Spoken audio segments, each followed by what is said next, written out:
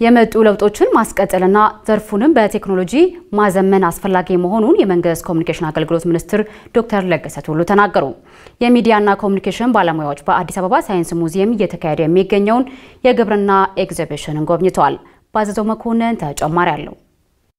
የግብርና ኤግዚቢሽን በአዲስ አበባ ሳይንስ ሙዚየም እየተካሄደ ሲሆን የሚዲያና ኮሙኒኬሽን ባለሙያዎች በኤግዚቢሽኑ ጉብኝት አካሂደዋል። በጉብኝቱ የተገኙት የመንግስት ኮሙኒኬሽን አገልግሎት ሚኒስትሩ ዶክተር ለገሰ ቱሉ የበለጸጉ ሀገራት ዋና እድገታቸው መሰረት ግብርና መሆኑን ጠቅሰው የተገኙ ውጤቶችንና ሽግግሩን ማስቀጠል እንደሚገባ ተናግረዋል። የኢትዮጵያ ግብርና በርግጥም አምርቶ ለሆድ ከሆነው የአመራረት ዘይቤ ወደ ኮመርሻላይዜሽን ወይም ደግሞ ወደ አምርቶ ለገበያ ወደ ሆነውና በተለይም በሶስተኛ ደረጃ በሚገኘው እድገት ደረጃው ትርፍ ምርት ወደ ማምረት መሸጋገሩን ተመልክተናል።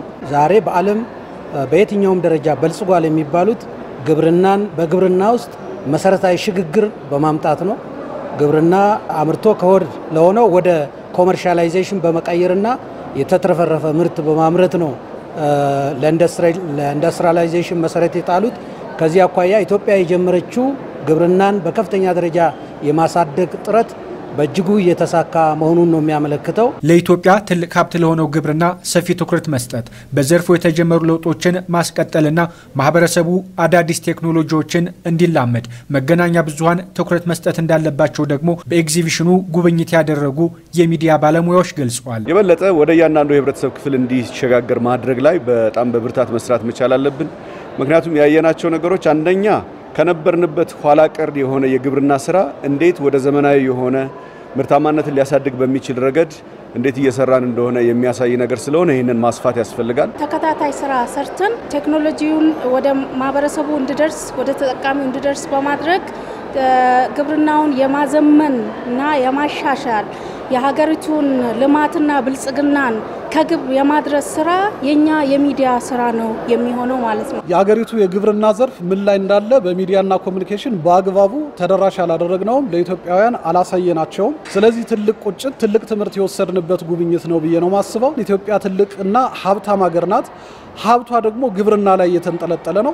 ስለዚህ ግብርና ላይ ያለውን ሀብት በደንብ ብናጎላውና ብንጠቀምበት ከድህነት መውጣት የምንችልበት ትልቅ ጸጋችን ስለሆነ ይሄንን በሚዲያና ኮሙኒኬሽን ስራዎቻችን ማጉላት ይገባናል ብዬ አስባለሁ። ግብርናው በአየር ንብረት ለውጥ ተጽዕኖ ውስጥ እንዳይወድቅና ዘርፉን በማዘመን በቀጣይ መንግስት ትኩረት ሰጥቶ እንደሚሰራ የመንግስት ኮሙኒኬሽን አገልግሎት ሚኒስትሩ ዶክተር ለገሰ ቱሉ ገልጸዋል።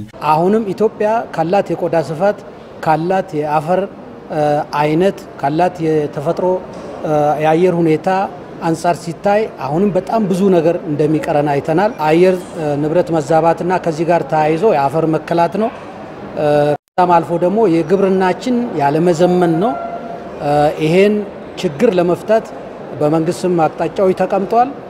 እንደዚሁም ደግሞ አዳዲስ ኢኖቬሽን በግለሰብ አምራቾችም ወይም በግለሰብ የፈጠራ ሰራተኞችም እንደዚሁም በመንግስትም በጣም በርካታ ነገር አይተናል።